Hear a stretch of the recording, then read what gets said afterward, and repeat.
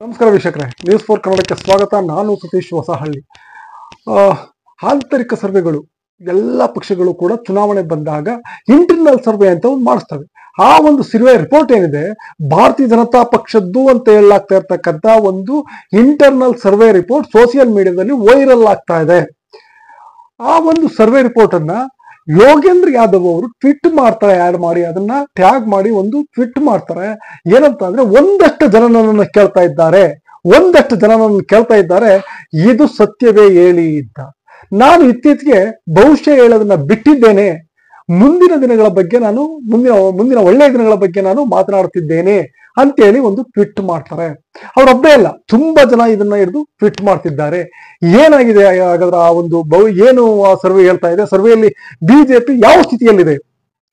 ಇಡೀ ದೇಶದಲ್ಲಿ ಸರ್ವಾಧಿಕಾರವನ್ನು ನಡೆಸ್ತಾ ಇರ್ತಕ್ಕಂಥ, ಸಿಕ್ಕಿದವ್ರನ್ನ ಜೈಲಿಗೆ ತಳ್ಳೋದು, ಸಿಕ್ಕಿದವ್ರ ಮೇಲೆ ಕೇಸ್ ಹಾಕೋದು, ಯಾರಾದ್ರೂ ಅವ್ರದ್ದು ಧ್ವನಿ ಎತ್ತಿದ್ರೆ ಅವ್ರನ್ನ ದೇಶದ್ರೋಹಿಗಳು ಅಂತ ಪಟ್ಟ ಕಟ್ತಕ್ಕಂಥದ್ದು, ಅವ್ರ ವಿರುದ್ಧ ಯಾರು ಮಾತನಾಡ್ತಾರೋ ಅವರೆಲ್ಲರ ವಿರುದ್ಧ ಇಡಿ, ಐಟಿ, ಸಿಬಿಐಗಳನ್ನ ಬಳಸ್ತಕ್ಕಂಥದ್ದು.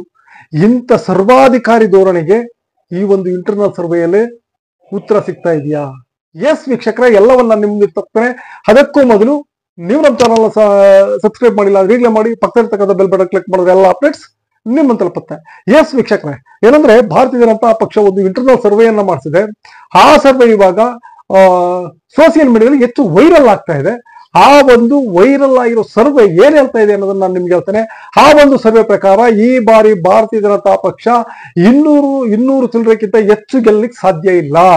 ಕಳೆದ ಬಾರಿ 2019ರಲ್ಲಿ ಏನು 300ಕ್ಕೂ ಹೆಚ್ಚು ಸ್ಥಾನಗಳನ್ನ ಗೆದ್ದಿತ್ತು ಇಂಡಿಪೆಂಡೆಂಟ್ ಬಿಜೆಪಿ ಪಾರ್ಟಿ.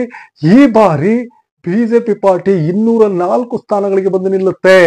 204ಕ್ಕಿಂತ ಹೆಚ್ಚು ಸ್ಥಾನವನ್ನ ಗೆಲ್ಲಲ್ಲ ಅಂತ ಹೇಳ್ತಾ ಇದೆ. ಹಾಗಾದ್ರೆ ಎಲ್ಲೆಲ್ಲಿ ಯಾವ ಎಷ್ಟೆಷ್ಟು ಗೆಲ್ಲುತ್ತೆ ಅಂತ ನೋಡ್ಲಿಕ್ಕೆ ಹೋದ್ರೆ, ಅರುಣಾಚಲ ಪ್ರದೇಶ 1 ಗೆಲ್ಲುತ್ತೆ, ಅಸ್ಸಾಂ 7 ಸ್ಥಾನಗಳನ್ನ ಗೆಲ್ಲುತ್ತೆ, ಬಿಹಾರ 9 ಗೆಲ್ಲುತ್ತೆ, ಛತ್ತೀಸ್ಗಢದಲ್ಲಿ 6, ಗೋವಾದಲ್ಲಿ 1, ಗುಜರಾತಲ್ಲಿ 23, ಹರಿಯಾಣದಲ್ಲಿ 6, ಹಿಮಾಚಲ ಪ್ರದೇಶದಲ್ಲಿ 2, ಜಾರ್ಖಂಡ್ ಅಲ್ಲಿ 6, ಕರ್ನಾಟಕದಲ್ಲಿ ನೋಡಿ ಇದರಲ್ಲೂ ಈಗ ಬೇಕಾಗಿರ್ತಕ್ಕಂಥ ಕರ್ನಾಟಕದಲ್ಲಿ ಎಷ್ಟು ಸ್ಥಾನಗಳನ್ನ ಗೆಲ್ಲುತ್ತೆ. ಇದು ಅವರದೇ ಸರ್ವೆ ಹೇಳ್ತಾ ಇರ್ತಕ್ಕಂಥದ್ದು. ಕರ್ನಾಟಕದಲ್ಲಿ ಈ ಬಾರಿ ಆಂತರಿಕ ಕಲಹಗಳು ಅಥವಾ ಚುನಾವಣಾ ಬಾಂಡ್ ಅನ್ನು ಏನು ಖರೀದಿಸಿ ಬೆನ್ನಿಂದೆ ಭ್ರಷ್ಟಾಚಾರವನ್ನ ಮಾಡಿದ್ರು, ಮುಖದ ಮುಂದೆ ಅಲ್ಲ ಬೆನ್ನಿಂದೆ ಭ್ರಷ್ಟಾಚಾರವನ್ನ ಮಾಡ್ತಾ ಇದ್ರು, ಮತದಾರರಿಗೆ ಟೋಪಿ ಹಾಕ್ತಾ ಇದ್ರು. ಆ ಒಂದು ಭ್ರಷ್ಟಾಚಾರ ಬಹಿರಂಗ ಆದ್ಮೇಲೆ, ಕಾವಲುಗಾರ ಭ್ರಷ್ಟಾಚಾರಿ ಅಂತ ಗೊತ್ತಾದ ಮೇಲೆ ನಾವು ನೇಮಿಸಿರ್ತಕ್ಕಂಥ ಕಾವಲುಗಾರ ಇವರು ಕಾವಲುಗಾರರಲ್ಲ, ಇವರು ಭ್ರಷ್ಟಾಚಾರವನ್ನ ಮಾಡ್ಲಿಕ್ಕೆ ಬಂದಿರೋರು.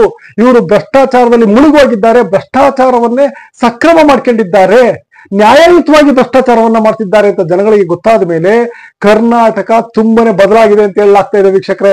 ಈ ಬಾರಿ ಕರ್ನಾಟಕದಲ್ಲಿ ಭಾರತೀಯ ಜನತಾ ಪಕ್ಷ 6ಕ್ಕಿಂತ ಹೆಚ್ಚು ಸ್ಥಾನಗಳನ್ನ ಗೆಲ್ಲಲ್ಲ ಅಂತ ಅವರೇ ಮಾಡಿಸಿರ್ತಕ್ಕಂಥ ಆಂತರಿಕ ಸರ್ವೆ ರಿಪೋರ್ಟ್ ಹೇಳ್ತಾ ಇದೆ. ಆ ಒಂದು ಆಂತರಿಕ ಸರ್ವೆ ರಿಪೋರ್ಟ್ ಪ್ರಕಾರ ಅವರು 6 ಸ್ಥಾನಕ್ಕಿಂತ ಹೆಚ್ಚು ಸ್ಥಾನಗಳನ್ನ ಗೆಲ್ಲಲ್ಲ. ಬಿಜೆಪಿ ಒಟ್ಟಾರೆಯಾಗಿ 543ರಲ್ಲಿ ಕಳೆದ ಬಾರಿ 303 ಸ್ಥಾನಗಳನ್ನ ಗೆದ್ದಿತ್ತು.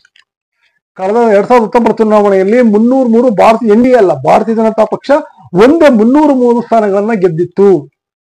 ಈ ಬಾರಿ 214 ಸ್ಥಾನಗಳನ್ನ ಗೆಲ್ಲುತ್ತೆ ಅಂತ ಹೇಳ್ತಿದ್ದಾರೆ. 214 ಸ್ಥಾನ ಅಂದ್ರೆ 90ರಿಂದ 100 ಸ್ಥಾನಗಳವರೆಗೆ ಕಡಿಮೆ ಆಗುತ್ತೆ ಭಾರತೀಯ ಜನತಾ ಪಕ್ಷಕ್ಕೆ. ಯಾವುದೇ ಕಾರಣಕ್ಕೂ ಇದಕ್ಕಿಂತ ಹೆಚ್ಚು ಸ್ಥಾನಗಳನ್ನ ಭಾರತೀಯ ಜನತಾ ಪಕ್ಷ ಗೆಲ್ಲಲಿಕ್ಕೆ ಸಾಧ್ಯ ಇಲ್ಲ ಅನ್ನೋ ವಿಚಾರವನ್ನ ಈ ಒಂದು ಆಂತರಿಕ ಸಮೀಕ್ಷೆ, ಇದು ಬೇರೆ ಯಾರು ಮಾಡಿಸಿದ ಸಮೀಕ್ಷೆ ಅಲ್ಲ, ಅವರದೇ ಪಕ್ಷ ಮಾಡಿಸಿರ್ತಕ್ಕಂಥ, ಭಾರತೀಯ ಜನತಾ ಪಕ್ಷ ಮಾಡಿಸಿರ್ತಕ್ಕಂಥ ಆಂತರಿಕ ಸರ್ವೆ ರಿಪೋರ್ಟ್ ಈಗ ಸೋಷಿಯಲ್ ಮೀಡಿಯಾದಲ್ಲಿ ವೈರಲ್ ಆಗ್ತಾ ಇದೆ, ಬಹಿರಂಗ ಆಗ್ತಾ ಇದೆ.